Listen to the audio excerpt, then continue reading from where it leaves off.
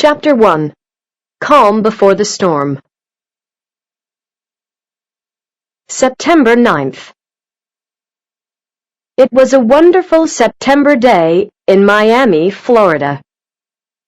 On the wide, white beach along the coast of Key Biscayne, the sun was hot on the sand. A slim young woman in her early 20s was lying alone down by the sea. She was beautiful, but her face was sad. Her long black hair fell over the book she was reading. From time to time, she looked up from her book and along the beach. Then she put her book away in a bag and sat up. She looked unhappily along the beach again. "I can't tell him. I just can't tell him," she whispered to herself. The sea was flat, calm, and clear, and the weather was hot. It was too hot to work, too hot to play, too hot to drive into Miami to meet up with friends, and it was too hot to stay at home. The wide green streets of Key Biscayne and the parking lots of the tall white buildings were almost empty in the burning sun. Everybody was at the beach. Groups of friends lay on the sand, talking, laughing, and listening to music. Some were playing ball games. Others ran into the water to swim. Families with fat babies and sunburned children lay under the palm trees that grew along the beach. Mothers watched carefully as their children ran down to the sea to play in the warm, shallow water. And at the far end of the beach, across the water, the tall white buildings of Miami stood out against the clear blue sky. At the far side of the beach, a narrow path ran between the tall white apartment buildings. It joined the green streets of Key Biscayne with the wide white beaches. A tall, good-looking man, about the same age as the woman, was coming down the path. He was wearing a t-shirt and jeans, and his arms and face were brown from the sun. At the end of the path, he stopped under the palm trees and looked out across the beach. "Ikemi!" he shouted. "Max!" The woman stood up and waved. "I'm here! Over here!" He saw her, smiled, waved back, took off his shoes, and came running towards her over the sand. He sat down beside her and moved over to kiss her. "Max, don't." "Don't? Don't kiss you? Why not? What's the matter?" he asked. Ikemi looked away from Max. "I'm sorry, Max. I'm so sorry, but we have to talk. There's something I have to say to you. I wish I didn't. I really wish." "Ikemi, what's the matter? What's going on? Tell me." Ikemi reached down and picked up a small stone. "It's my father," she said slowly. "He doesn't want you and I. He says we're getting too serious. He says—" Ikemi did not finish what she was saying. Max took hold of her shoulders and looked into her eyes. "Ikemi, tell me, what does your father say?" "Oh, Max, he says I have to stop seeing you. I can't see you anymore." "Stop seeing me? But he can't do that." Max looked at Akemi in surprise. But she looked at the stone, turning it over and over in her hands. "Ikemi, look at me. What's going on? Why does your father want you to stop seeing me? What's the matter with me? What have I done?" Ikemi threw the stone into the beautiful, clear water. She turned and looked at Max. It's not what you've done, Max. It's who you are. Who I am? What do you mean? You're American, Max. I know it's difficult for you to understand, but my father does not want me to date American men. He says there are too many differences between us, between Japanese and American people, between the way we live and the way we think. What? You can't be serious, said Max.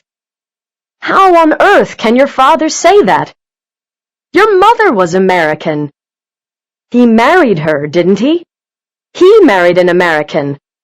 How can it be all right for him to marry an American, but not for you? It's crazy. Ikemi looked away. I don't know, Max. I just don't know. But I do know that he isn't going to change his mind. Max shook his head. Ikemi, I don't understand. You don't agree with your father, do you? Come on! You were born in America. You've spent all your life here. You went to American schools, and now you're studying at an American university.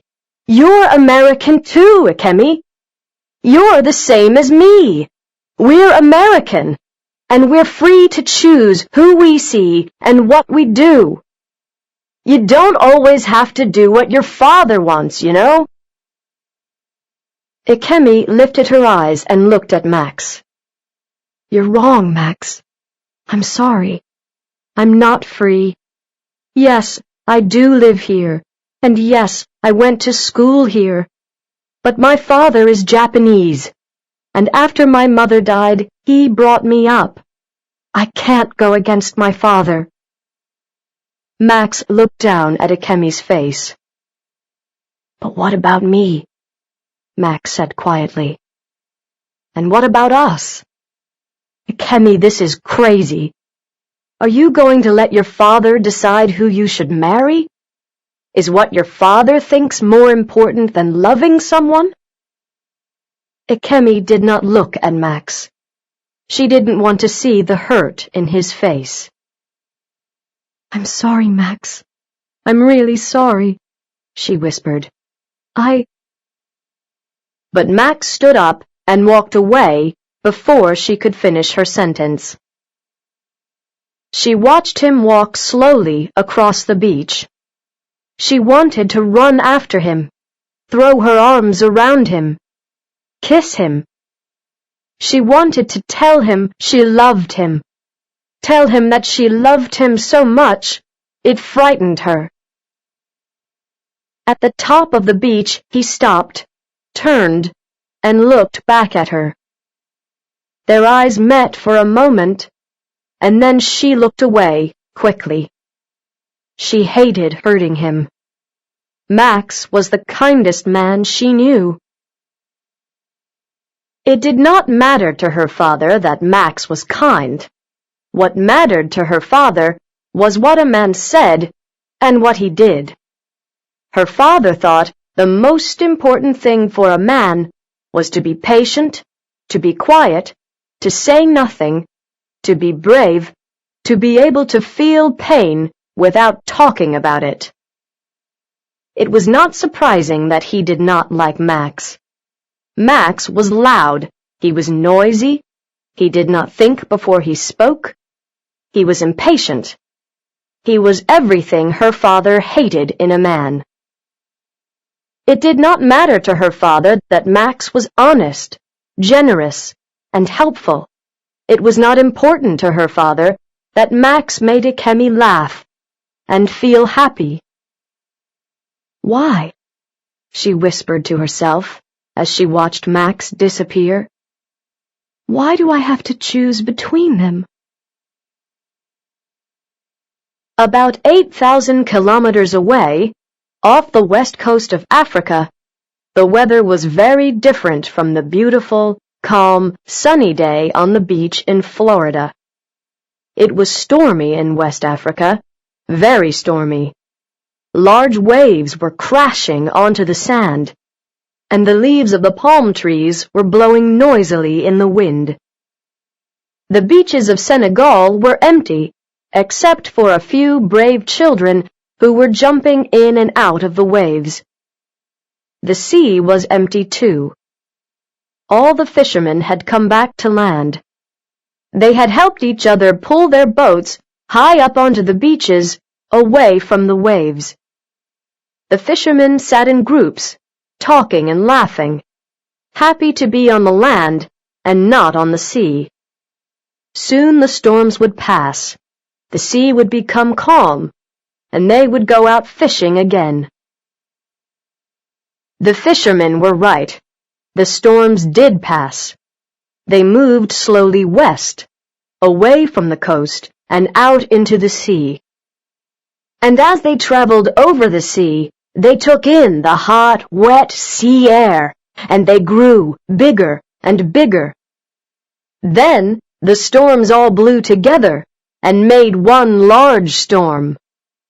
And as the hot, wet air rose from the sea into the storm, the wind began to move in circles. An eye formed in the center of the circles of cloud and wind. At first, the eye was wide, about 200 kilometers across, and the winds blew round and round the eye quite slowly. But as the storm traveled over the sea, the winds became stronger as more and more hot, wet air rose up into the storm. The eye of the storm got smaller as the winds became stronger.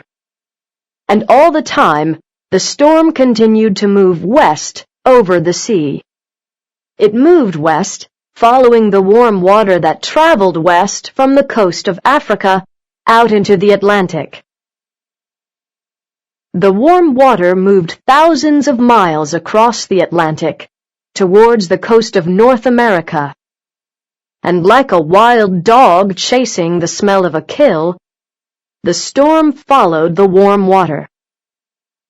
Day after stormy day, it traveled across the open ocean, and after a few days, on September 13th, when the storm was less than 2,000 kilometers from the Caribbean, the winds blew up to 120 kilometers an hour.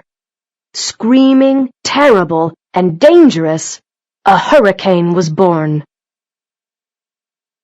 The weather forecasters called the killer wind Hurricane Irene, and Hurricane Irene threw itself across the Atlantic, straight towards America. In front of it, the hurricane pushed a huge wall of water, an 8-meter-high storm wave that would destroy anything in its way.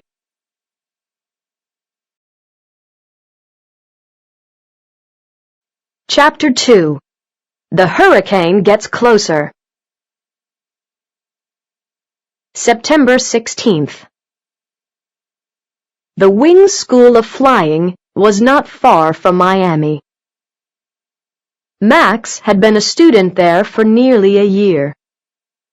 He had always wanted to fly, and he had always loved the wide open sky. As a small boy, he loved watching the clouds during the day and looking at the stars at night. At Christmas, other boys asked for toys, but all Max wanted were books about the stars and a telescope so he could look at them more closely. He spent night after night on the beach with his telescope, looking at the stars and learning their names. When other boys were playing tennis or going sailing, he stayed at home to study. He needed really good grades to get into flying school, and in the end, his hard work was worth it. He was top of the class at high school, and the flying school accepted him immediately. And after all those years watching the sky, Max was able to fly right up into it. It was like a ride into another world, a new and empty world, that was clean and beautiful, like a world that had only just begun. But right now, Max felt terrible, and even the thought of his next flying lesson didn't help. It was lunchtime, and he was sitting in the school cafeteria, looking unhappily out of the window at another beautiful sunny day. He could not stop thinking about Ikemi. He could not understand her. He had thought that she really liked him. He had thought that maybe she even loved him. And now, suddenly, she didn't want to see him again. Her father was more important to her than he was, and that hurt him badly. He decided, unhappily, that the best thing to do was to forget her and get on with his life. But how could he get on with his life? Each minute of the day he thought about her, and each time he thought about her, it hurt him. One of Max's flying teachers, Ross Peters, sat down next to him. Max was one of Ross's favorite students. He was intelligent, serious, hard-working, and very quick to learn. Everyone liked Max. If anyone needed help or advice, they asked Max.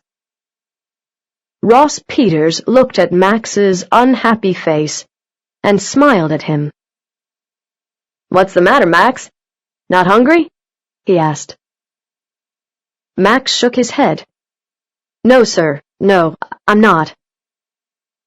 The teacher looked closely at Max.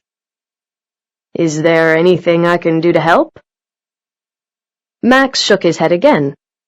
"No, it's okay, thanks. I'm okay." Ross Peters began to eat his lunch. He had never seen Max look so unhappy before. "Did you hear about the hurricane out in the Atlantic, Max? They say it's a big one." Max nodded.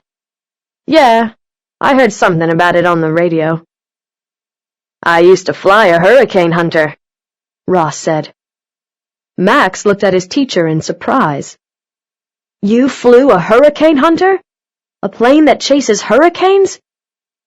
Wow! What's it like, flying into a hurricane?" Ross Peters thought for a moment. "Well," he said slowly, "it's a lot more fun and a lot more frightening than the biggest Disney ride you've ever been on. There you are, flying along, and you know you're going to meet a wall of wind coming towards you at anything up to 200 kilometers an hour. And as well as the winds coming straight at you, there are all the winds inside the hurricane, which are going up and down like elevators in an apartment building." He smiled. "But once you get inside the eye of the hurricane, it's amazing. There's no wind, the sky is a beautiful blue, and the sun shines.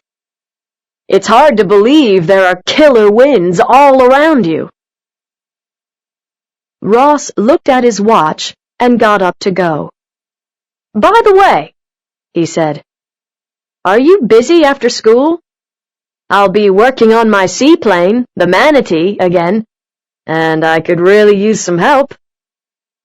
I've started painting her now, and I'm hoping to get her finished by the end of the week."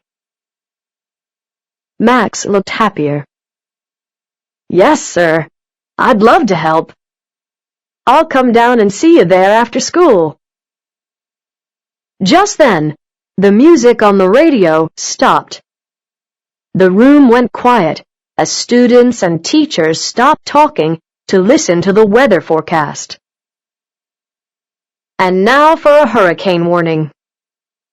Hurricane Irene, with winds up to 260 kilometers an hour, is traveling towards Cuba. Antigua, Nevis, Puerto Rico, the Dominican Republic, Cuba, and the coastal areas of southern Florida are under hurricane watch.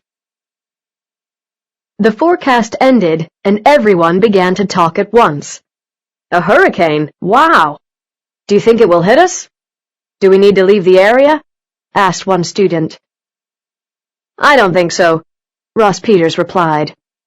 We get up to 30 hurricane warnings every year, and nothing usually happens. Hurricanes often change course. It's very hard to tell which way they'll go. I don't think this hurricane will reach us. In a small apartment in Key Biscayne, Ikemi was also listening to the hurricane warning. She turned off the radio and looked thoughtful. Her father had gone fishing yesterday evening. As usual, he went alone. As usual, he had only taken a cooler full of beer and a couple of loaves of bread. Ikemi sometimes tried to give him fruit, or cheese, or cookies to take onto the boat, but he never wanted it. Hiru was a good fisherman. He always came home after a night or two with the cooler empty of beer, but full of tasty fresh fish. Ikemi, how about sushi for lunch? He always shouted as he came into the apartment. Ikemi always ran out to meet him and look at the fish he'd caught. Then he left his fishing things in the hall and carried the cooler into the kitchen. He tied a scarf around his head like a sushi chef in a Japanese restaurant, and together they cooked the rice and cut up the fish. Sushi was Ikemi's favorite meal. Ikemi decided it was too soon to start worrying about her father. She went over to the window and looked out. It was another beautiful, calm day. I'm sure he'll come back by this evening, she said to herself. He'll hear the hurricane warning, and he'll come straight back. He won't stay out all night with a hurricane coming. She packed her books and checked the time. She should go to school. She had a class in an hour. There was nothing she could do. He'll be back soon, she said. She picked up her things and left the apartment. Soon she was driving into Miami and parking in the school parking lot. She hurried. She didn't want to be late for her class. At the same time, a long way out to sea, Hiru was having a good day. It was wonderful weather for fishing. The sea was calm and the sky was cloudless. He had caught lots of fish already. He opened a beer and continued to watch his line as it disappeared into the water. Maybe today he'd catch a really big fish. He certainly felt lucky. He took a long drink of the cold beer. Life was good. Since the death of his wife, Hiru had spent most of his free time on the sea, fishing. He had bought the boat a year after she died. She had died slowly, little by little. It was a bad death, and the pain of it had almost destroyed him. He was left alone with Ikemi. For a long time, Ikemi was the only person he could talk to. He turned his back on family and friends who tried to help him. He did not answer the door or the telephone. He only wanted to be left alone. He did not want sad-faced people sitting in his house telling him how sorry they were. He did not want kind neighbors bringing nicely cooked food for him and the child. He did not want friends to put their arms around his shoulders and tell him that the pain would get better in time. He did not want the pain to get better. The pain was important to him. The pain and the anger he felt kept her near to him, kept her alive. But he could not explain that to all those kind and noisy people who wanted him to forget his pain, forget his anger, make new friends, meet new people, forget her. So he bought a boat, a strong little fishing boat. He called the boat the Elizabeth, his wife's name. And when he could, he left Ikemi with friends or family and went out to sea on the Elizabeth. At first, the sea was just an escape from the awful emptiness his wife's death had left behind. On the Elizabeth, he could be alone with his pain, alone with his anger, alone with his sadness. It was only here, far from all those too friendly, too loud Americans, that he could find peace. And little by little, the pain and the anger left him. The stillness of the sea on calm days made him feel better. The waves on stormy days made him wildly happy. And the bite of a fish on the end of his line made him forget his pain. And so it was that the sea saved him. But now, years later, he needed the sea as much as ever. He needed to fish. He respected the fish he caught. He respected them because they were brave, they were clever, they were strong, and they fought hard. They fought hard, they fought long, and they never stopped fighting until they were out of the water and no hope was left. Hiru respected the fish he caught a lot more than he respected the Americans he did business with. He did not really understand Americans.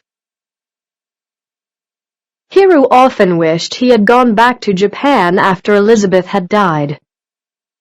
But by then Ikemi was already doing well at her American school. She had friends, a beautiful place to grow up in, and she spoke English much better than Japanese. Hiru had taken her to Tokyo a few times, but she didn't like the crowded, narrow streets, the noise, the food, the long, boring evenings with her Japanese cousins. She always wanted to get back to Florida, to her friends, to the sea, to the free life she enjoyed in America. Hiru began to think that his beautiful daughter was like a fish, swimming free in the ocean. He did not want to catch her and shut her in the narrow streets of Tokyo and small rooms of a Tokyo apartment. She was not a thing to catch and put in a small glass bowl. He did not want to fight her. She needed to be free. So Hiru had decided to stay in Florida. He opened another beer and looked at his watch. It was almost time for the weather forecast. He got up to turn on the radio. Then there was a pull on his line. Another fish. He sat down quickly and began to pull the line in. There was another pull on the line. Then another. It was a big fish. Quickly, he let out some line. The fish was fighting hard. Hiru stood up and looked over the side of the boat. This fish was bigger than anything he'd caught so far, and he'd been fishing in these waters for years. Hiru got ready for a fight. Little by little, he pulled the line in when he felt the fish was resting. When the fish decided to run, he let the line out. The fish was fighting bravely. Hiru fought back, slowly pulling the big fish in. He fought the fish for 5, 10, 15 minutes. The fish fought back. Slowly, he pulled the fish nearer. It was going to be a long fight, and Hiru forgot about the weather forecast on the radio. This was it. This was the big one.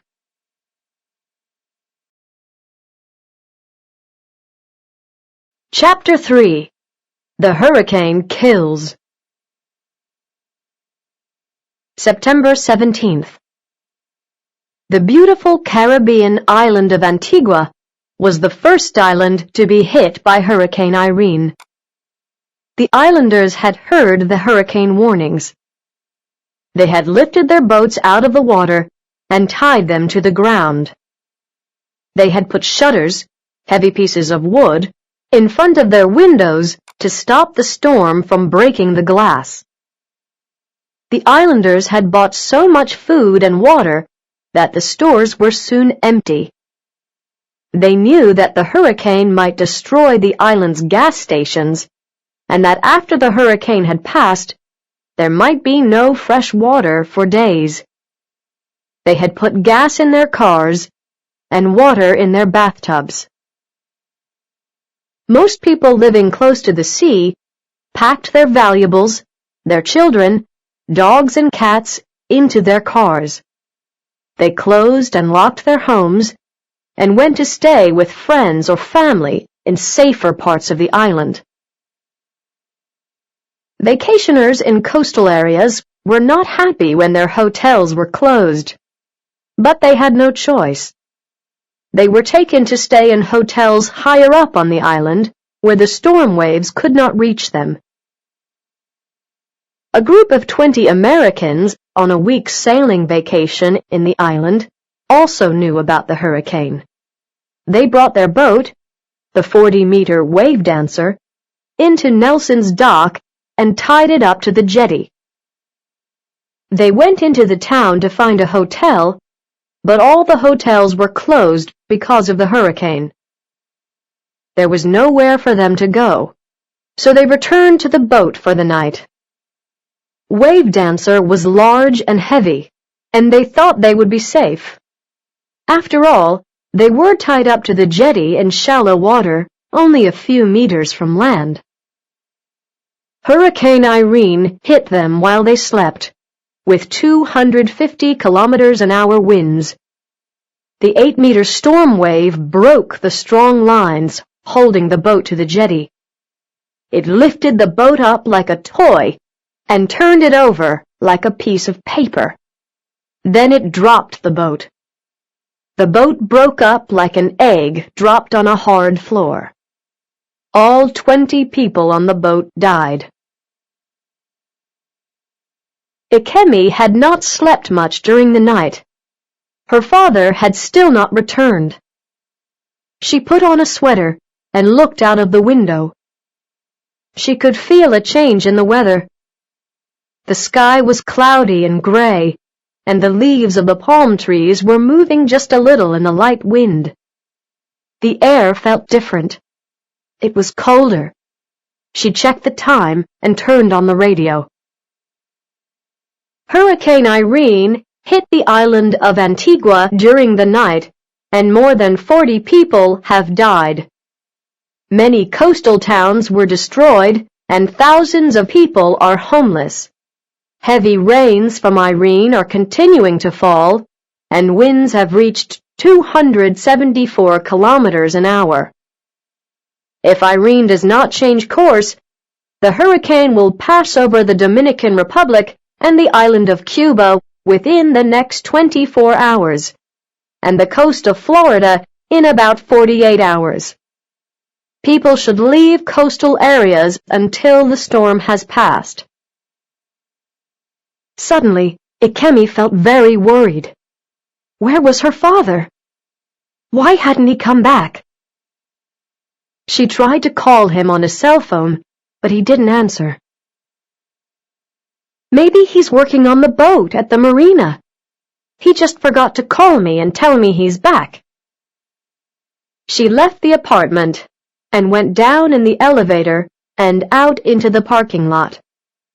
She got into her car and drove a few kilometers down the main street of Key Biscayne before taking a side road. The side road led through some palm trees before reaching a marina full of boats. The marina was busy, and some people were taking their boats out of the water. Please be here, thought Akemi as she hurried to the place where her father kept his boat. But the boat was not there. Ikemi's father was still somewhere out at sea.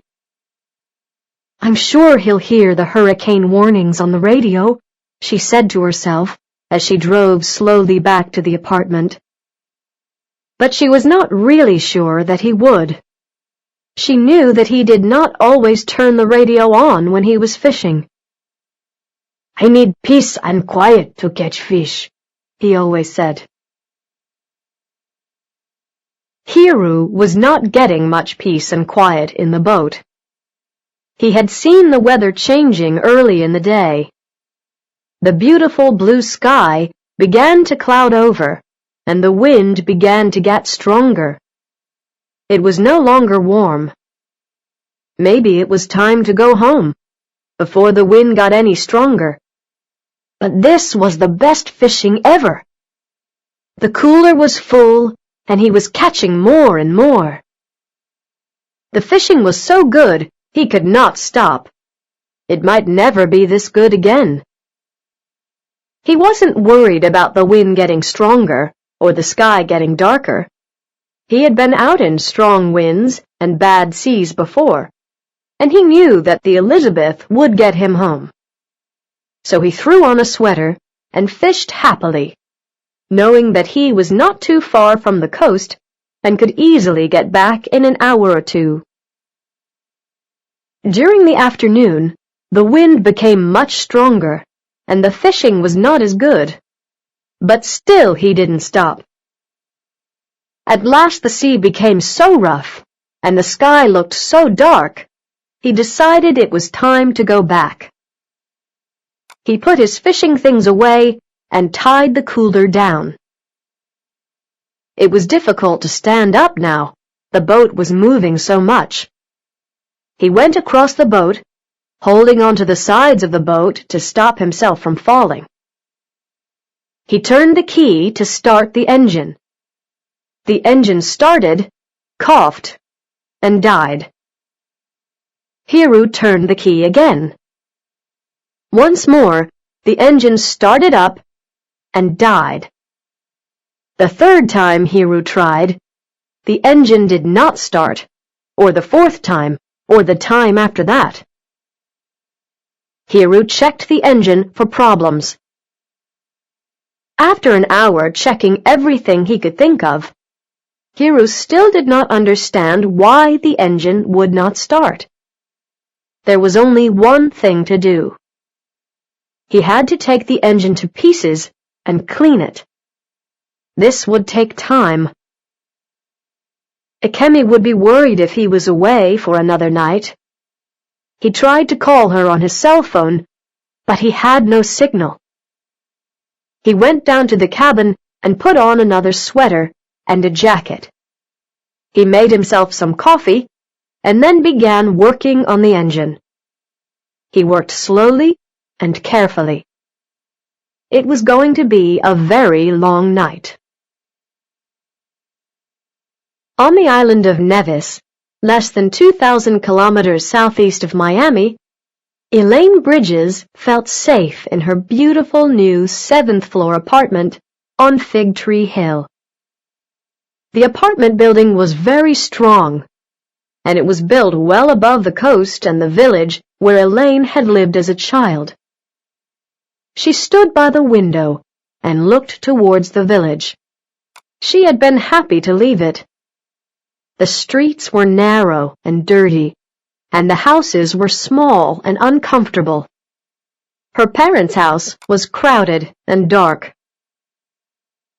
She had left school when she was 14 and started work. Her family needed money. There was not much work on the island, and not much money for families in the crowded villages. Elaine had begun to work in the fish packing factory. It wasn't bad work. She could talk and joke to the other women who worked with her. But she hated the cold, wet fish.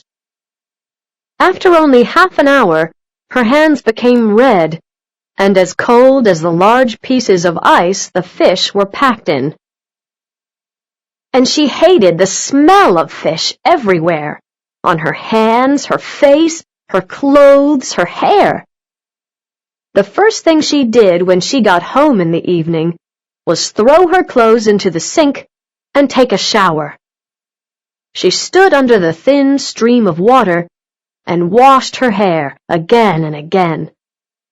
But it seemed to her that the smell of fish never left her. Sometimes she dreamed about having a husband and family and her own home to look after. Elaine sometimes looked at the older women working beside her, women in their 40s and 50s. They joked and laughed like the young girls, but their faces were tired, their hair had gray in it, and their bodies were shapeless. Elaine hoped that she would not still be working in the factory when she was 40. She hoped she would meet a rich and handsome man who would take her away from the factory and put her into a beautiful apartment. But it was difficult to find men like that. Then she met Rick. Rick was a school teacher, 12 years older than she was, and not very handsome. But his face was kind, and he had a good job as principal of the nearby school. She had agreed to marry him, and now her dream had come true. Here she was, living in this lovely new apartment, with 2 beautiful baby girls born just 6 days ago. She smiled. She turned away from the window and put on some water to make tea. She made 2 cups, added lots of milk and sugar, and carried 1 cup into the living room. Rick was outside on the narrow balcony of the apartment, where they used to sit in good weather. He was putting the storm shutters over the windows. It was a difficult job, in the narrow balcony in the strong wind, and he dropped one of the shutters with a crash. "Shh! Quiet, honey!" she shouted through the balcony door. "Don't make so much noise! You'll wake the babies!" Rick picked up the shutter and shouted back, "If those babies can sleep through the noise of this wind, they can sleep through anything. What do you want me to do? Wait until they wake up?" Elaine looked out over the island. It was raining so hard she couldn't even see the sea. But she thought she could hear the wild crashing of the waves above the noise of the wind. "Well, no, honey. The hurricane might hit any time. You want me to wait for the babies to wake? We should have left the island 2 days ago for somewhere safer. But no, you said the babies were too young to travel. You said it would be too difficult to move them. You said you didn't feel well enough to leave the apartment. You said we'd be fine with the storm shutters up. Then everybody else goes to stay someplace safe, and here we are with one of the worst hurricanes in years coming straight for us, and you say I'm making too much noise?" Elaine took the tea back to the kitchen and then went into the babies' room to see if they were awake. She was happy to see they were still asleep. Elaine couldn't understand how they could sleep through the noise of the wind and the rain. Such lovely babies. Only 6 days old and so beautiful. Little hands, little faces, little heads of soft black hair. She looked round the room. It was painted yellow, with yellow and white curtains. There were pictures on the walls, and pretty painted furniture stood around the room. The little beds were painted different colors, and there were 2 little cupboards for the babies' clothes. Well, her babies were going to be the best-dressed, best-loved, cleverest babies in the Caribbean. She walked over to the window. It was getting windier, and some of the palm trees looked like they were almost touching the ground. Yes, the wind was much stronger now than a few minutes ago. She put her hand on the window and could feel the glass moving backwards and forwards in the wind. She couldn't believe it. How could the glass move in and out like that without breaking? "Rick!" she shouted. "Rick, come here! Put up the shutters here!" But just then, the hurricane hit the building, which shook it as if it had been hit by a train. "Rick!" There was no reply, only the horrible screaming noise of the wind and horrible loud noises coming from the building itself. She ran over to the balcony door, but she could not see Rick. "Dear God, the wind has blown him off the balcony," she thought. The rain was falling so heavily, and the sky was so dark that it could almost have been night. Then, at the far end of the balcony, she saw something move. It was Rick. He was on his knees, with his arms around the metal rails of the balcony. His head was down, and the heavy storm shutters had blown out of his hands. "Rick!" she screamed again. Rick began to pull himself along the balcony, head still down, holding onto the rails. Halfway along the balcony, he stopped. She could see he was tired. The wind was blowing harder than ever. A huge piece of metal, probably the roof of a house, came flying up into the air. It flew straight at the balcony and crashed against the rails. Then, the piece of metal fell, taking with it some of the rails and the wall of the apartment below them. There was nothing to stop the wind blowing Rick off the balcony. He had stopped moving. She wondered if the metal had hit him. "Rick, come on! Come on!" she screamed. She was crying when he began to move again. Slowly, he pulled himself along the balcony, head down. After what seemed like hours, he reached the door. Elaine opened it, and he half fell, half pulled himself into the room. The wind blew into the room with him. Magazines and papers flew through the air. Cups fell off the tables. Chairs fell over. "Help me shut the door." They both pulled the door shut. "Rick, are you all right? I was so afraid. I thought the wind had blown you away." Rick was shaking. "I'm fine. Listen, Elaine. We have to move fast. The windows are going to break. Quick, get the babies. Get into the bathroom." Elaine picked up the babies, and they ran into the bathroom. It was a small room with no windows. Rick shut the door and locked it. Dear God, please look after us," whispered Elaine as she sat on the floor with the babies in her arms. The noise was terrible, and it was getting worse. Screaming like a wild animal, the wind threw itself at the building, shaking it like a dog shakes a rabbit.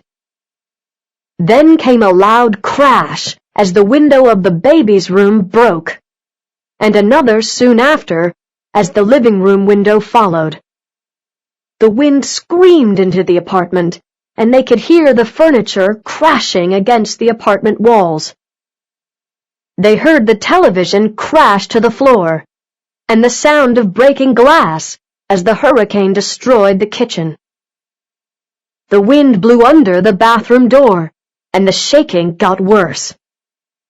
It was like a wild animal in the apartment was trying to kill them. Then, suddenly, the lights went out, and they were in darkness. Elaine screamed, and the babies began to scream too, both at the same time. "Rick, it's going to get us! We're all going to die! We're going to die!"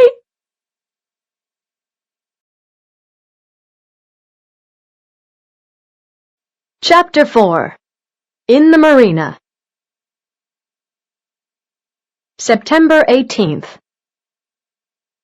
In the apartment, Ikemi turned the radio off slowly and sat down. There had been another hurricane warning. The hurricane was only 24 hours away now, and still her father had not returned. She felt sick and terribly afraid. This hurricane was a killer. Winds of 274 kilometers an hour would destroy anyone and anything. And the 8-meter storm wave that the hurricane was driving in front of it. What would happen to her father's little fishing boat if it was hit by an 8-meter wave? What would happen to her father? The sky was getting darker now, and the wind was getting stronger. Why hadn't he returned? What had happened? He was alone in his boat, somewhere out at sea, and a hurricane was coming. Maybe he was hurt. Maybe the engine had broken down. Maybe he was in some other kind of trouble. Maybe. She got up, threw on some clothes, and drove to the marina. The roads were very busy. People were leaving the island, planning to stay away from the coast until the hurricane had passed. In the marina, all of the boats were out of the water, and most were tied down safely. One of the men who worked in the marina was tying down the last boat. He saw Akemi and stopped for a moment. "Hi, honey. What are you doing here? You should be going somewhere safe. There's a hurricane coming." "Yes, I know, but I think my father's still out at sea. He went fishing 3 days ago, and I haven't heard from him. He hasn't come back. Please, we've got to send somebody to look for him. He's in trouble. I know he is." The man shook his head. "You aren't going to find anybody to go out with a hurricane coming," he replied. "You haven't got a chance. Everybody has their boats out of the water by now. You just get going now." He turned back to his work. "But I've got to find him." Ikemi took hold of the man's arm. "I can't go and leave him out there. Please, we have to go and look for him." The man began to sound impatient. "Listen, honey, I'm losing time. Your dad's got a radio on the boat. There have been hurricane warnings every hour. He must have gone someplace else, like Boca Raton. He sometimes fishes up there, doesn't he? So he just went to the nearest safe place. He'll be fine, you'll see." "The radio. Can I use the radio in the marina office?" she asked the man. "Can I try to radio him on that?" "If you want," he answered. "But you'd better hurry up. When I've got this boat tied down, I'm gonna lock up and get out of town." The man turned his back to her and went on with his work. Akemi ran across the parking lot and into the office. She picked up the radio and spoke into it. "Elizabeth, Elizabeth, Elizabeth. This is Biscayne Marina. Biscayne Marina. Over." There was no reply. She tried again. "Elizabeth, Elizabeth, Elizabeth. This is Biscayne Marina. Biscayne Marina. Over." Still there was no reply. The horrible silence over the radio made her feel worse than before. What had happened? Why hadn't he come back to land? She put the radio down and went slowly back to her car. The wind was getting stronger, and the waves were getting bigger. The sky was getting darker. She got into her car with a feeling of terrible, sick hopelessness. Just at that moment, her cell phone rang. She picked it up quickly. "Hello? Daddy? Daddy, is that you?" There was silence for a moment. Then she heard Max's voice. No, it's me, Ikemi. It's Max. Are you okay? No, I'm not. I'm not. What's the matter? What's happened? Max asked. It's Daddy. He went out fishing 3 days ago. He hasn't come back. I can't get anyone to help him. The hurricane will be here soon.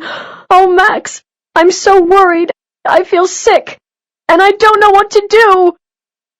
Where are you? Ikemi, tell me, where are you? In the marina. Wait for me there. Don't go anywhere. I'll be there in 10 minutes. Don't worry. We'll find him, Max said. Ikemi put her phone away in her bag, put her head in her hands, closed her eyes, and cried. A few minutes later, she heard the sound of a motorcycle stopping beside the car. She looked up and saw Max. She ran to him and threw her arms around him. Max! Oh, Max, thank you for coming. I'm so happy to see you. Max looked at his watch. I came in 7 minutes. Not bad. It's a good thing I've got the motorcycle. The roads are impossible. Everyone is leaving the island. He took hold of her hand. Come on. Jump on. Let's go. But where are we going? Ikemi asked. We're going to find your father, Max replied. Ikemi did not ask how he was going to find Hiru. She just knew that somehow he would. She got onto the back of the motorcycle. Hold on, he shouted. She put her arms round him and rested her head against his back. She felt more hopeful now. They drove out onto the main road off the island. The road was crowded with cars, buses, trucks, and vans. Everybody wanted to leave the island as quickly as possible. But there were so many cars on the road that the traffic had stopped completely. People were getting out of their cars and looking worriedly at the traffic ahead of them. A few people were shouting angrily, and dogs shut in cars were barking. A police helicopter was flying above, but there were no policemen on the road helping the traffic. Max drove slowly past the line of cars. It took them a long time to reach the flying school. There was nobody there. Max stopped the motorcycle in front of the building. Wait here, he shouted. He disappeared into the building and came out a few minutes later with some keys. Off we go. He got back onto the motorcycle, and they went down a narrow road behind the school building. Where are we going? Shouted Ikemi. You'll see, he replied. 10 minutes later, the road ended at a narrow beach. There was an old wooden jetty at the end of the beach. And beyond that, on the open water, was the oldest, dirtiest, ugliest seaplane Ikemi had ever seen. Max stopped the bike. Ikemi, let me introduce you to the manatee. Isn't it beautiful? Ikemi looked at the plane. Max, are you sure that plane can fly? Of course it can fly. I know it looks old. It's an old plane, but it's strong and heavy. It belongs to one of my teachers. He bought her a few months ago. It needed a bit of paint and a bit of mending, and I've been helping him. But do you know how to fly it? Max took Ikemi's hand and led her along the jetty. At the end of the jetty, he stopped and smiled at her. Don't worry, Akemi. We'll be okay. It may be an interesting flight, but if your father is still out there, we'll find him, and then we'll bring him back. Hiru was still at sea. He had worked on the engine for most of the night, and when the first light in the stormy sky showed it was morning, he was ready to start the engine. If it did not start now, it never would. He looked quickly at the sky and tried to start the engine. The engine turned once, twice, then died. He tried again. Once more the engine came to life, turned a few times, then died. For a third time he tried. Come on! Come on! Come on! The engine coughed and died, just like yesterday. Hiru tried again and again, but he knew the engine was not going to start. Suddenly, a large wave broke over the boat and water came in. Hiru began to pump out the water. There was a lot of water, and he was tired. He had not slept that night and had not eaten since the day before. He knew he needed help. He knew that the Elizabeth might not be able to get him home this time. He pumped out the water and then turned on the radio. He picked up the radio and, holding himself against the side of the boat, spoke clearly and loudly against the screaming of the wind and the crashing of the waves. Mayday! Mayday! Mayday! This is the fishing boat, Elizabeth! Fishing boat, Elizabeth! He said where his boat was. My engine is not working, and I am in danger of sinking. I need help, immediately. He listened. There was no friendly voice answering from a boat nearby. He repeated his message, then listened again. Still there was no reply. How come there were no other boats around? There must be other fishing boats in the area, or big ships on their way into Miami. He was about to speak for the third time when he heard a voice on the radio. He turned it up and listened carefully. Hurricane alert! Hurricane alert! All coastal areas of Florida. Hurricane Irene is passing over the island of Cuba and is expected to hit the coast of Florida in less than 24 hours. There may be winds of up to 274 kilometers an hour and a storm wave of 8 meters or more. Everyone should leave coastal areas as soon as possible. Hiru quietly put the radio down. Now he understood why nobody was answering his mayday calls. There weren't any other boats around. They all knew that a hurricane was coming. Hiru was wet. He was cold. He was tired. And he was afraid. The sky was dark and angry, and the wind was blowing hard. The waves were throwing the boat around like children throwing a ball. The storm was getting worse. The wind was getting stronger, and the waves were getting even bigger as the minutes passed. The waves were the biggest Hiru had ever seen. They were like great moving mountains of water. His eyes were red and hurt from the salt water, which blew into them when he looked up. He felt sick, because the waves were so big that the Elizabeth was going up and down like some wild carnival ride. They lifted the boat up as they passed under it, and then dropped it like a stone. The little boat shook as it crashed down from the waves, and then lay at the bottom of the wave.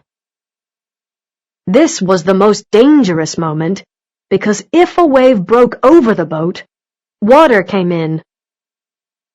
Hiru pumped the water out of the boat, but every time he did, another wave broke over the boat, and Hiru had to pump the water out again.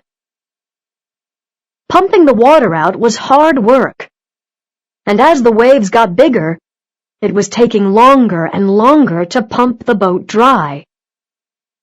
Hiru began to feel sick and very tired.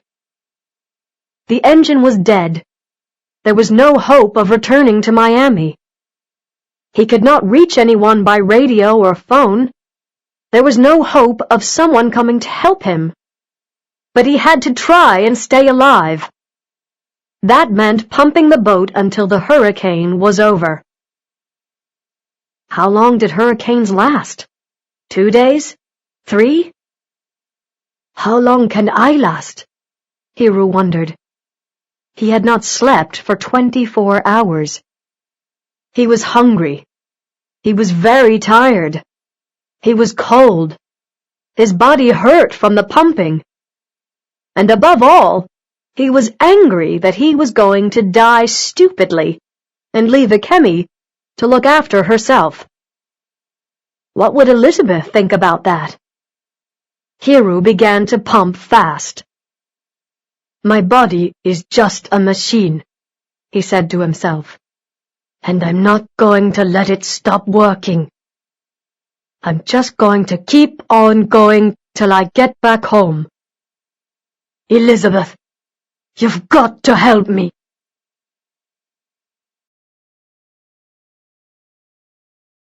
Chapter 5. Good to be alive. Hurricane Irene blew over Nevis and screamed away to Puerto Rico, the Dominican Republic, and Cuba. Before the hurricane, Nevis had been a green island, with lots of palm trees and fields of pineapples. After the hurricane, the island was brown. All the palm trees growing along the beaches, along the roads, and on the hills had been blown away by the wind. The Marina was no longer there, and any boat left in the water had been smashed to pieces. All the houses in the coastal areas had been destroyed. A pineapple farmer, hurrying to check his fields, found that all his pineapples had been washed away by the storm wave. He also found a 10-meter boat lying in one of his fields. It was 500 meters from the sea. On Fig Tree Hill, it was impossible to drive along the roads. There were palm trees in the roads, and cars and buses and big trucks were lying on their sides. There were roofs of buildings that had blown off, broken glass everywhere, and all kinds of things which had been blown out of people's houses, beds, tables, chairs, and everything wet and dirty. Many houses did not have roofs, and the wind had blown the walls away from others. There was no electricity on the island, and there was no water. All the telephone lines were down. It was impossible for people to call for an ambulance, and anyway it was impossible for ambulances to use the roads. People climbed slowly over things in the road, hoping to find something useful to rebuild their homes. Some people searched buildings for lost family, shouting their names. Others went into stores and tried to take as much food and as many things as they could steal. People slowly began to count the dead.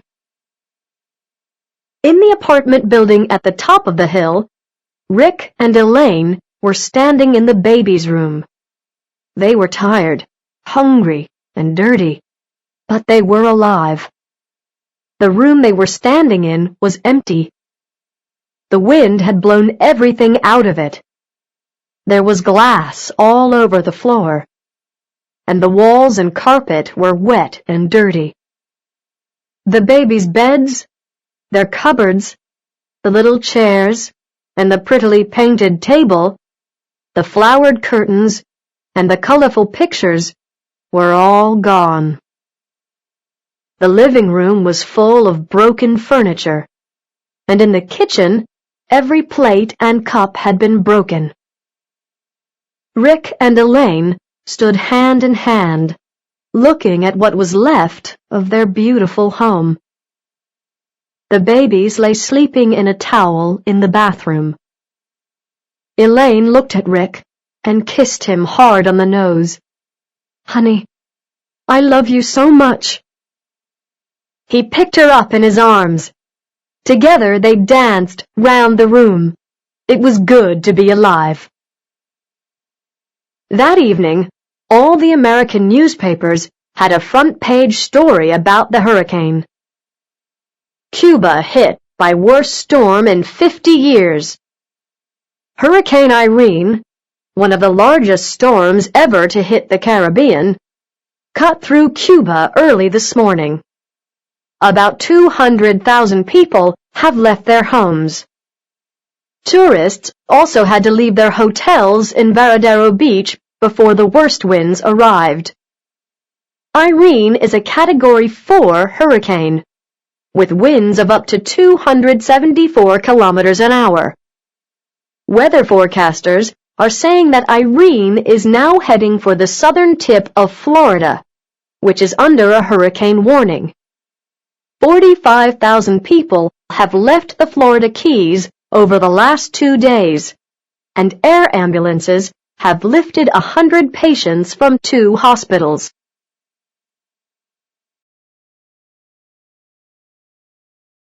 Chapter 6. The Manatee. Max and Akemi walked along the jetty. The wind was strong, and it began to rain. A small wooden boat, just big enough for 2 people, was tied to the end of the jetty. Max helped Akemi down the steps and into the boat. He started the engine. "Untie us!" he shouted. Ikemi untied the rope, and Max took the boat into the open water. He did not go fast. The wind was blowing against them, and waves broke over the little boat, and water came in. "Not far to go," Max shouted. "We'll be there in a minute." He kept his eyes on the waves, and tried to take the boat through them. Ikemi looked at the water in the bottom of the boat, looked at the waves, which were getting bigger as they left the land behind, and then looked at the manatee. The manatee looked very far away. The boat was going very slowly, and a lot of water was coming in. Ikemi began to throw the water out of the boat. A lot of the salty water blew back into her face and hurt her eyes, but she kept throwing it out. It came in faster than she could throw it out, and by the time it had reached the manatee, the boat was almost half full of water. It was raining hard now, and they were both wet and cold. "Quick, get inside!" Max unlocked the door in the seaplane's side and helped Ikemi climb inside. He followed and quickly shut the door. Inside the plane, it was much quieter. Ikemi looked round. The inside of the plane was empty. There were only 3 seats at the front and a big yellow bag just behind them. "Why aren't there any seats here in the back?" Max was already sitting down and putting on his seatbelt. "The plane was used as an air ambulance up and down the Keys." Max pushed the wet hair out of his eyes and began to look through some maps. He pulled one out. "Ikemi, come and look." Ikemi went up and sat in the seat next to Max. He showed her the map. "Look, this is where we are. This is Key Biscayne, and this is the Marina. Now, where do you think your father might be?" Ikemi looked at the map. There was a lot of water on the map and not much land. She put her finger down east of Key Biscayne, about 15 kilometers out to sea. He often goes around here. Her finger moved up the coast. But he sometimes goes up the coast, towards Boca Raton. He goes where the fish are. And he didn't say where he was going? Ikemi shook her head. No, he didn't. The wind suddenly hit the plane and shook it. We'd better go, he said. We haven't got much time. Okay, we'll go east from here for about 15 kilometers. Then we'll be going straight into the hurricane, said Akemi. Max, are you sure you can fly this thing? What happens if we fly into the hurricane? Don't worry, said Max. Ross Peters taught me to fly the manatee. I've been up with him quite a few times. And as for flying into the hurricane, if a small, light plane like a hurricane hunter can fly in storm winds, then a heavy old plane like the manatee will just sail through. Max sounded very sure of himself, and Akemi felt better. And anyway, we've got a very nice life raft if anything goes wrong. He looked at the big yellow bag lying on the floor behind the seats. If we have problems landing the plane, drop it into the sea and jump in. There's water in there, chocolate, a light, a radio, everything you need for a nice few days at sea. Akemi wished he hadn't told her about the life raft. We're flying towards a hurricane in an old, broken-down seaplane, and you think a life raft is going to make me feel any better? Are you crazy? Max held her hand for a second. Come on, put on your seatbelt. Let's go. He started the engine. Are you ready? He turned to Akemi. Are you going to be okay? He said. Ikemi nodded. I'll be fine, she said. And Max, thank you. Max did not reply. He was taking the plane into open water for the takeoff. The heavy plane moved slowly, because the wind and the waves were pushing it back. Come on, come on, come on, whispered Max. Ikemi shut her eyes. Then, suddenly, they were in the air. We're off, said Max. Ikemi looked through the window at the sea below. The clouds were very low and dark, and the rain was heavy. It was very hard to see anything out of the window. We'll have to stay below the clouds, shouted Max, or we won't be able to see anything. Ikemi could not see very far. The sky was dark, and the rain was falling heavily. The waves below were dark, too, only showing white when they broke. This is impossible, she thought to herself. How can we find a little boat in this weather when we don't even know where it is? It was as though Max could read her thoughts. Don't worry, we'll find him, he said. And she believed him. And as the manatee began its journey east over the sea, Hurricane Irene was moving west. The hurricane left the broken island of Cuba behind and began to move over the water towards Miami.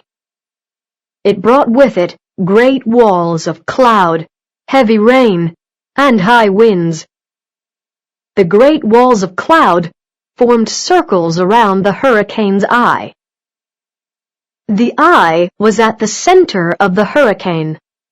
It was a place of calm and peace. As the storm passed, first came the screaming winds and the biting rains, which destroyed everything they blew over. Then, as the eye passed over, the winds and the rain stopped. No wind blew inside the eye. There was bright sunshine and a warm blue sky.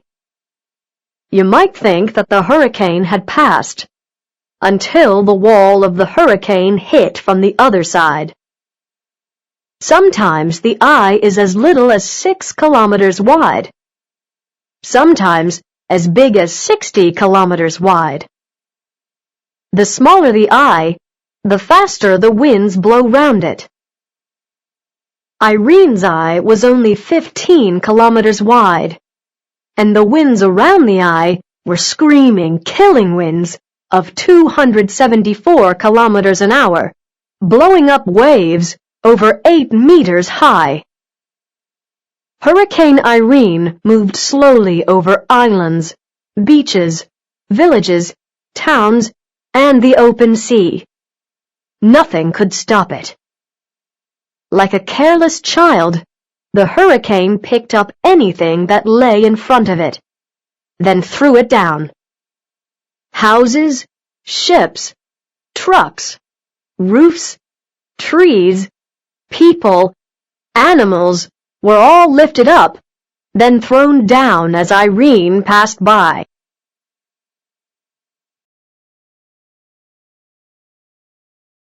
Chapter 7. The Last Call. Hiru stopped pumping the water out of the boat. There was too much water coming in. He was too tired and too cold. He had been pumping for several hours now, but every few minutes another wave broke over the boat.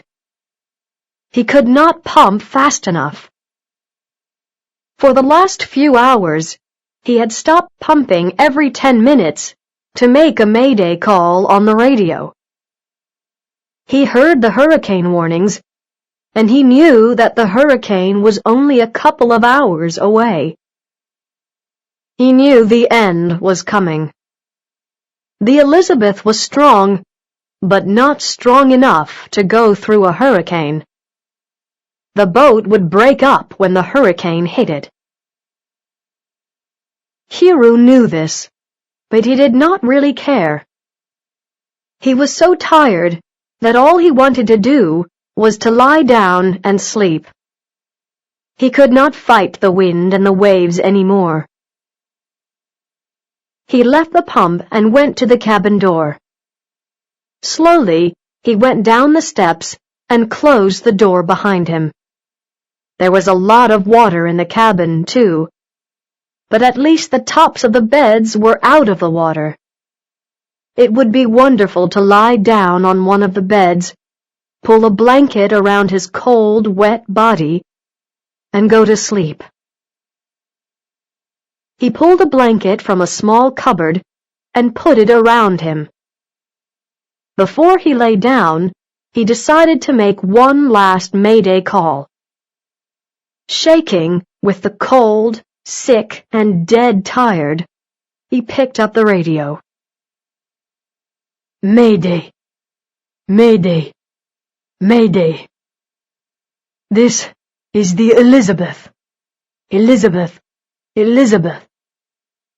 I am sinking. I need immediate help. Over. He listened. Nothing. He reached over to put the radio back. Elizabeth! Elizabeth! Elizabeth! This is the manatee! Manatee! Where are you? Where are you? Over? At first, Hiru could only look at the radio as if it had bitten him. Was he dreaming? Then he heard the voice again. Elizabeth! Manatee! Where are you? Where are you? Over? No, the voice was real. There was another boat out there. They would help him. Hiru took the radio and almost shouted. Manatee, this is Elizabeth. I am about 10 kilometers east of Key Biscayne. Over? Elizabeth, Manatee, will be with you in about 5 minutes. Can you light flares to help us to see you? Over? Manatee, Elizabeth, I have flares. I will light them every 3 minutes, starting in 3 minutes. Out. Hiru threw off the blanket. He did not feel tired anymore, or hungry, or cold. He found a box of flares in a small cupboard near the door of the cabin. Then, he climbed up the stairs 2 at a time, opened the cabin door, and fell out onto the deck of the boat. The water came well over his knees, and the boat was sitting dangerously low in the water. He shut the cabin door, looked at his watch, and reached for the pump. By now, the pump was underwater, but it didn't take long to find. He began to pump fast. Slowly, the water got lower. After 2 minutes, he stopped pumping and picked up the box of flares. He took one out and fired it up at the dark sky. A bright white light flew up into the sky over the boat. Suddenly, the dark sky turned bright. Hiru began to pump again, hard and fast. Another huge wave broke over the boat. "He's still alive! He's still alive!" whispered Ikemi when she heard Hiru's voice over the radio. "Hurry up, Max! Hurry up!" Max did not say anything. It was very difficult to fly the plane so close to the water, and the wind was so strong it was hard to keep it straight.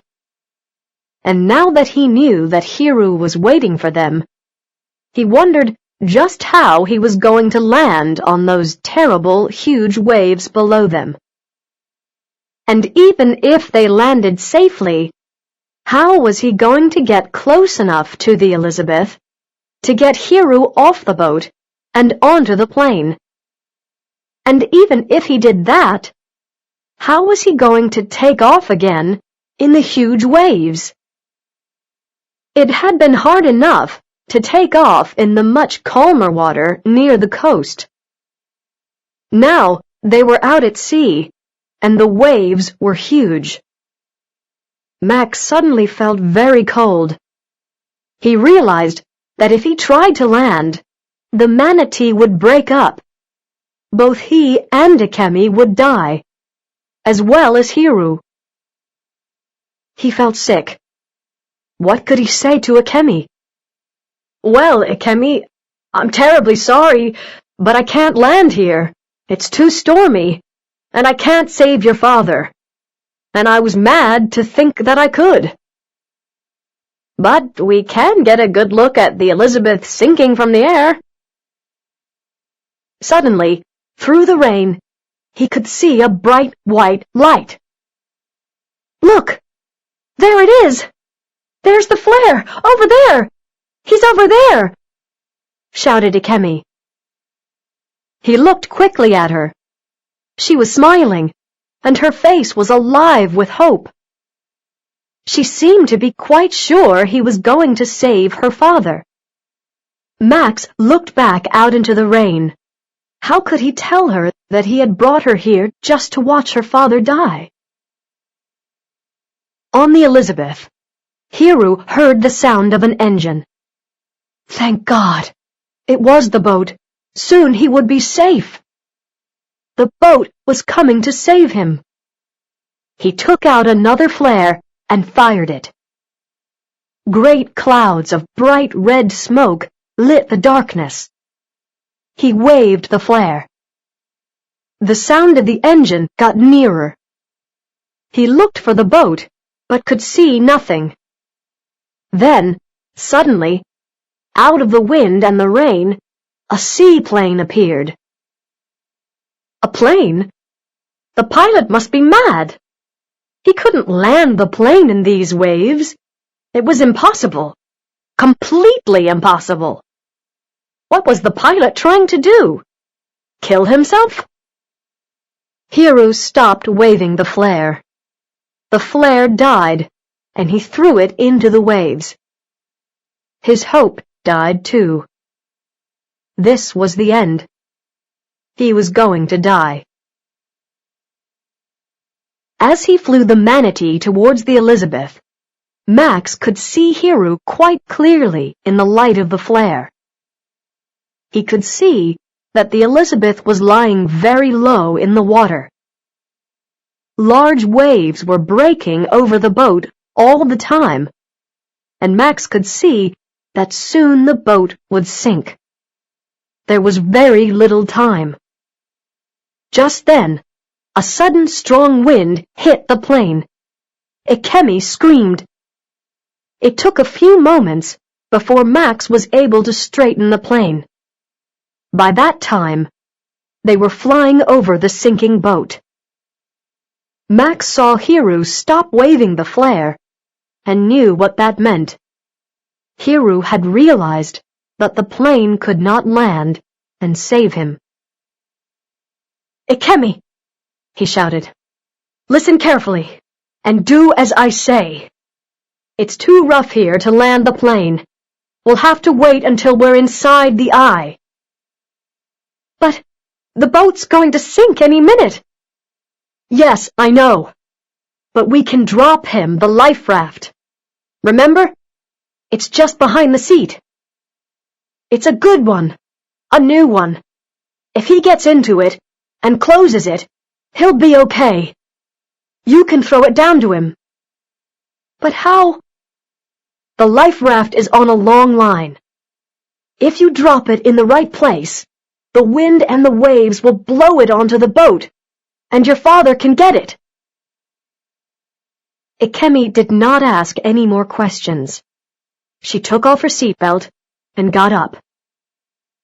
On the Elizabeth, Hiro watched the manatee disappear into the storm. Then, suddenly, over the radio, "Elizabeth! Manatee! Sir, can you hear me? Over?" Hiro crossed the boat like a man in a dream and picked up the radio. "Who the hell is this?" "It's me. It's Max, sir.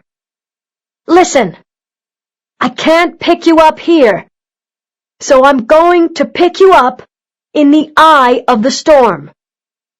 I'm going to fly low over the boat. I'm going to drop you a life raft. There's a long line on the life raft. The wind will blow the line onto the boat. Tie yourself into the raft and make sure you close the raft. We'll pick you up inside the eye." Hiro stood in his sinking boat like a man who'd been hit on the head. Max? Not Max, Ikemi's loud American friend? Max, who drove a motorcycle too fast, spoke too loudly, and was training to be a pilot at flying school? Hiro felt himself go even colder. Max had said, "We'll pick you up in the eye." Who was we? "Don't let Ikemi be on that awful old plane with that crazy American boy in this terrible storm. Please, no." "Max, is Ikemi with you? Listen to me. Fly back right now. Right now. Do you hear me? Don't worry about me. I'll be all right. Just take Ikemi back right now. Right now. Do you hear me?" "Sorry, sir. We didn't come all this way for nothing. Light a flare. Get ready to catch hold of the life raft line in about 2 minutes. Out." Max looked at Ikemi. Get the life raft now! He shouted. Ikemi got up and moved round the seats. The plane was being thrown around by the wind so much it was difficult to stay standing up. She held onto the back of the seat. You're going to have to open the door. Make sure you hold on and don't fall out. When I shout, open, you open the door. And when I shout, drop, you drop the life raft. Okay? Okay, replied Akemi. She was so afraid, her hands were shaking. She picked up the life raft and stood by the door. Okay, said Max. There's the flare. This is it. Here we go. He turned the plane quickly, and Ikemi almost fell over. Open the door, he shouted. Ikemi opened the door. The noise of the wind and the rain was terrible. A huge wind blew into the plane and almost knocked her off her feet. The wind was so strong, she was sure it would blow her out into the water below. Holding the life raft with one hand and the back of Max's seat with the other, she looked out into the darkness. The plane was flying so low that Ikemi could feel the seawater being thrown against her face and in her eyes. Get ready! Shouted Max. Just ahead, between two huge waves, lay the Elizabeth. Hiru had fired another white flare, and it was easy to see him. He was standing at the side of the boat, in a good place to catch hold of the line from the life raft. The water was now almost to Hiru's waist, and the boat was sinking fast. Drop! Drop! Drop! Shouted Max. Ikemi lifted the heavy life raft out of the door and dropped it. She could see it hit the water, then disappear under a wave. Shut the door! Quickly! Ikemi put her body against the door and pushed hard. As soon as the door shut, it was quieter inside the plane. Well done! Shouted Max. Ikemi did not reply. She felt sick, and she was shaking so much she could hardly walk. She went back to her seat slowly, sat down, and did up her seatbelt. Did he get the line? She asked Max. Did you see? Has he got it?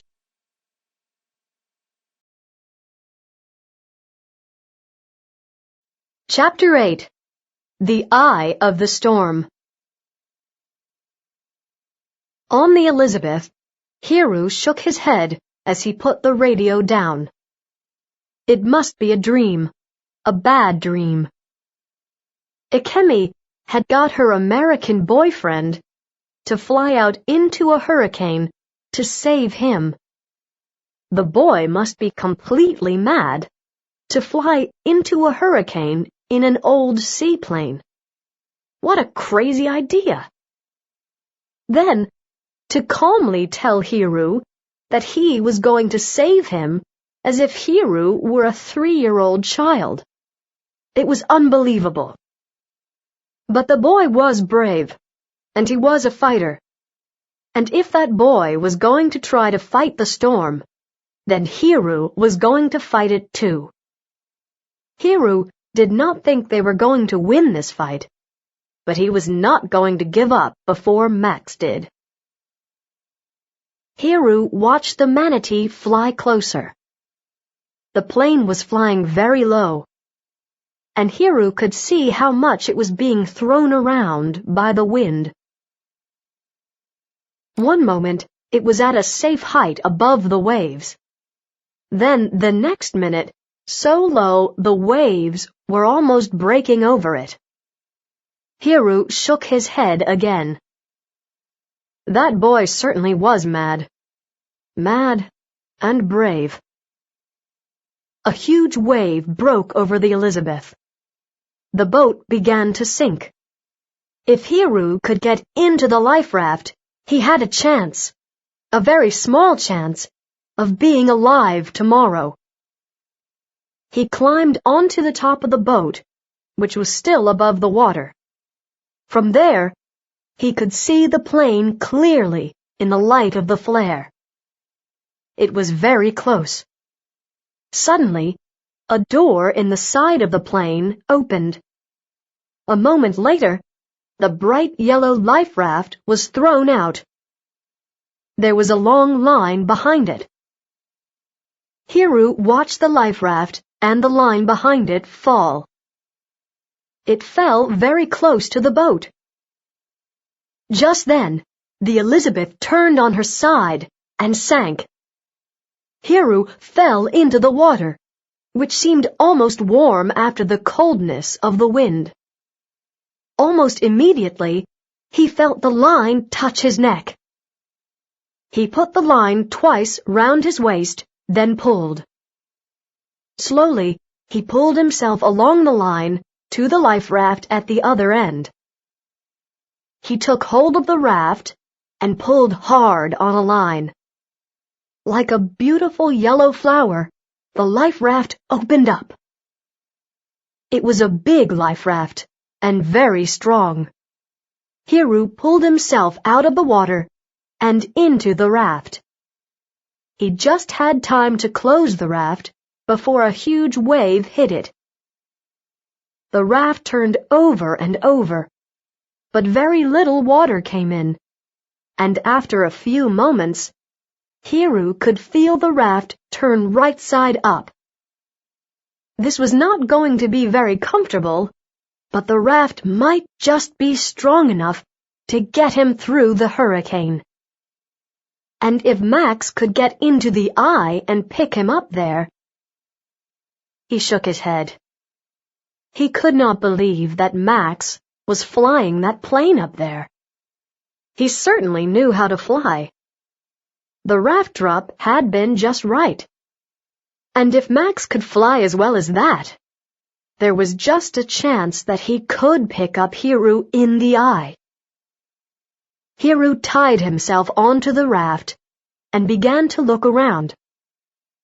He found a light, some water, chocolate, and blankets. He ate the chocolate and drank some water. Away from the wind and the waves, warmed up by the blankets, Hiru felt a little better. But this was not a fishing trip he was going to forget. On the manatee, Max and Akemi flew back over the water. They could not see the Elizabeth, and they could not see the life raft. The flare still lit the sky, but the sea was empty. "It's gone down. The boat's gone down," whispered Ikemi. "Max, it's gone down. We were too late." "Wait, just wait a bit. Look, over there." Suddenly, on the dark water, they saw the yellow life raft open up. "He made it! He made it to the raft!" Just then, a wind hit the plane and threw it to one side, like a child throwing a toy plane across a room. Ikemi screamed. "Look at this!"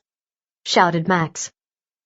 "The wind has gone up to 250 kilometers an hour in the last 90 seconds. This is it. We've hit the hurricane." A strong upwind threw the plane into the air. The height meter jumped from 200 meters to 1,300 meters in seconds. It was as if the plane was in a huge elevator, going up fast. Then, just as suddenly, the plane began to fall like a stone. 1,000 meters, 800 meters, 600 meters, 400 meters. Ikemi watched the height meter fall. It fell so fast. Max, can't you stop it? We're going to hit the sea. 300 meters, 200 meters. At 100 meters, Ikemi shut her eyes and put her head in her hands. Max was trying to pull the old seaplane out of the drop, but she was very slow. Come on, whispered Max. The height meter stopped going down at 50 meters. At last, the plane stopped falling. Max brought it back up to 200 meters. And suddenly, like a new world, they were in the eye of the storm. Above them, the sky was clear and blue, and the sun was bright on the blue water below them. The sea was still quite rough, but there were no breaking waves and no wind. Well done, Max. We made it. Ikemi was staring through the window at the calm and beautiful late afternoon sunshine. We'll have to pick up Hiru fast, said Max. The eye is probably only about 20 kilometers wide. He turned the plane and flew back. They could see the dark clouds of the hurricane and flew towards them. There was blue sea, blue sky, but no bright yellow life raft. Where is he? Asked Akemi. It was not raining, and she could see very clearly for several kilometers. He must be still inside the hurricane wall, replied Max. But the storm will blow over him soon. We'll see him any minute. Ikemi looked worried. But maybe the wind and the waves are pushing him towards the land. Maybe he won't come into the eye. Max had not thought of that. The raft was small and light. The wind was blowing towards the land. The waves were traveling towards the land. The storm wave could easily carry the raft to land.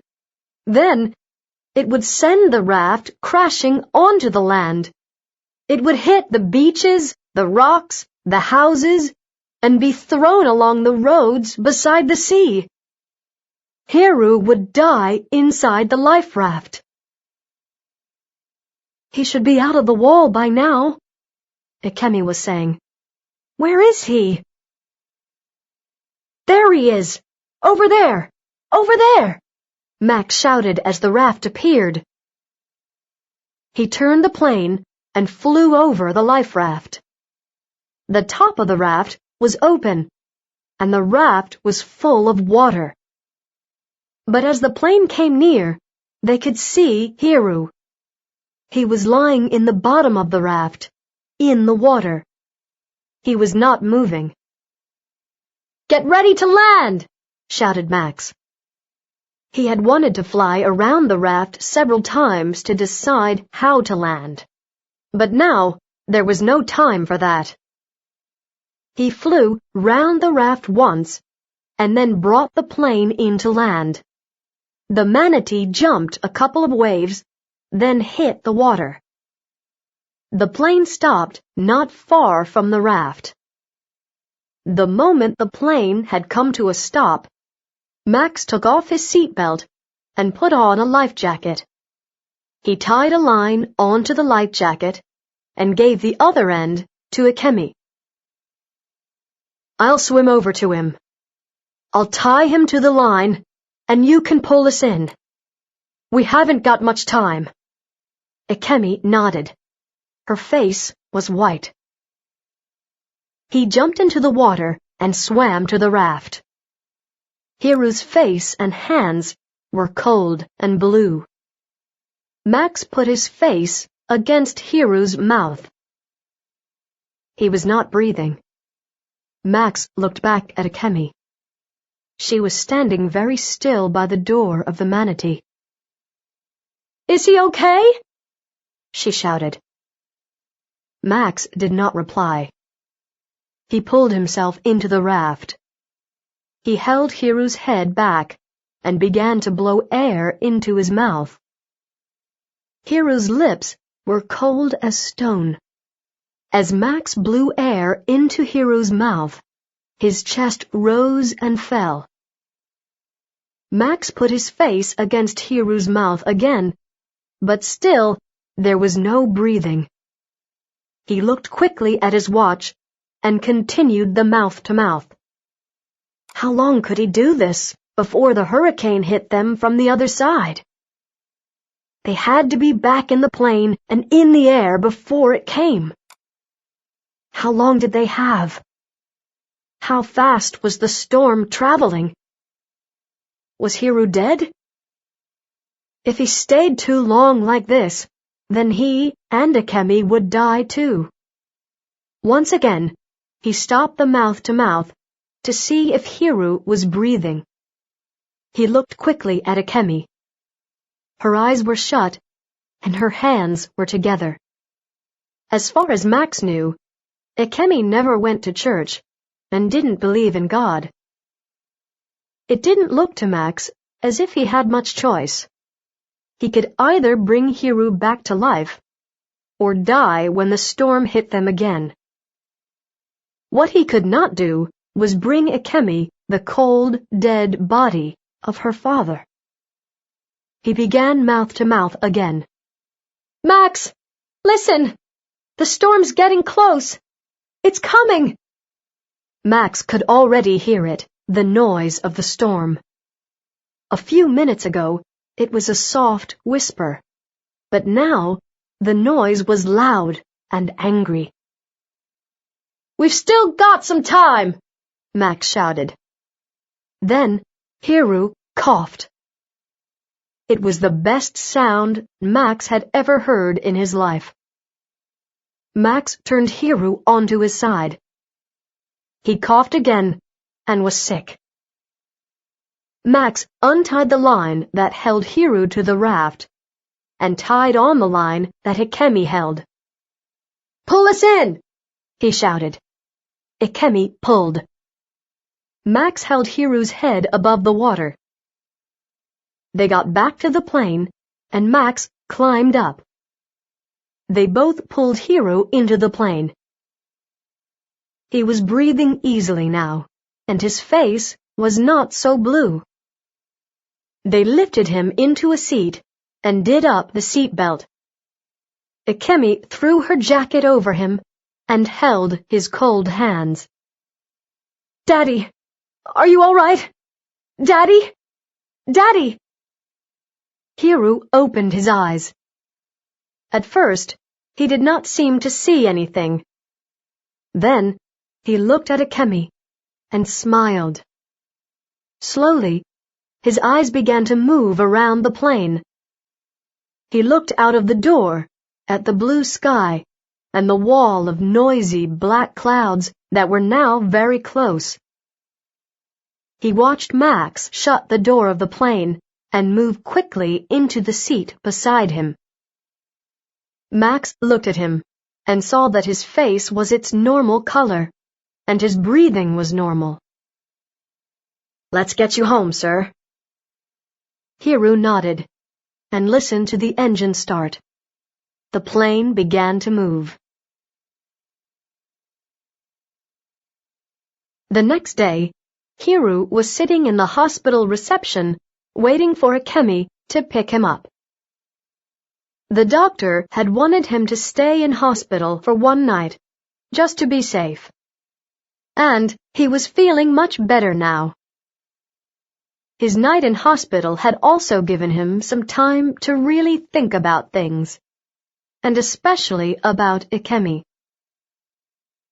Hiru looked up and smiled as Ikemi and Max came through the doors. "Daddy, how are you feeling?" asked Akemi. "Hungry," Hiru replied. He turned his head to Max who was standing quietly beside Ikemi. Max? Hiro said. Yes, sir? You like sushi? Yes, sir, replied Max. You hungry? Yes, sir. So where's the nearest sushi bar? He asked.